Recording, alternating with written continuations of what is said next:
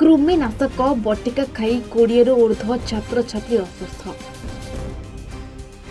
घटना घटी कटक जिला निश्चिंत कोइली ब्लॉक असुरेश्वर हाईस्कल रे।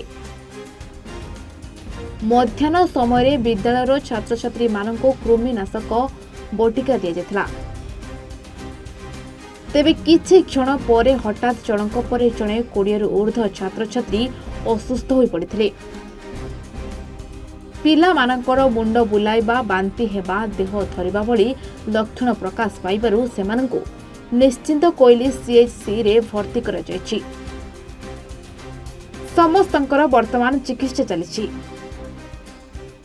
रिनी मालिक मेडिकल आम पिला की मेडिसिन स्कूल रे देइगिरी ताको बेस हो जाय मेडिसिन मेडिकल नै कि आसनु आम गार्डियन भी खबर देना आम पिला आम पठाऊ एमती आंकर किछि आंकर भी नाही दायित्व किछि आम खबर आम आशा दे खबर देला आम आसी दौड़ी बांती हो मुंड बुलाऊ बेस हो पड़ते आ तपसी बेहेरा आज स्कूल मेडिसिन खाई सारा पर मुंडटा जोरे बुले बिंदी पकाउला छाती जोर से माने माड होला लागुला एबे भल लागछ।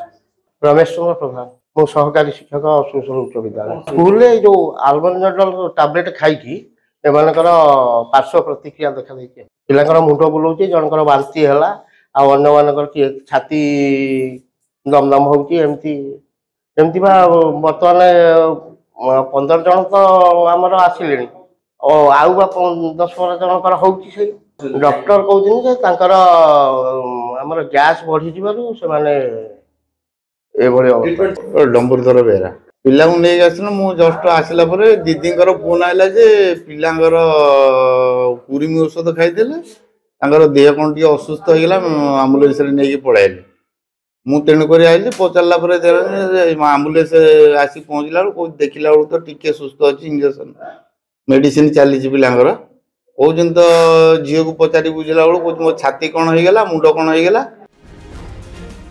निश्चिंत कोइलीरू लक्ष्मण दास का रिपोर्ट ए1 ओडिशा।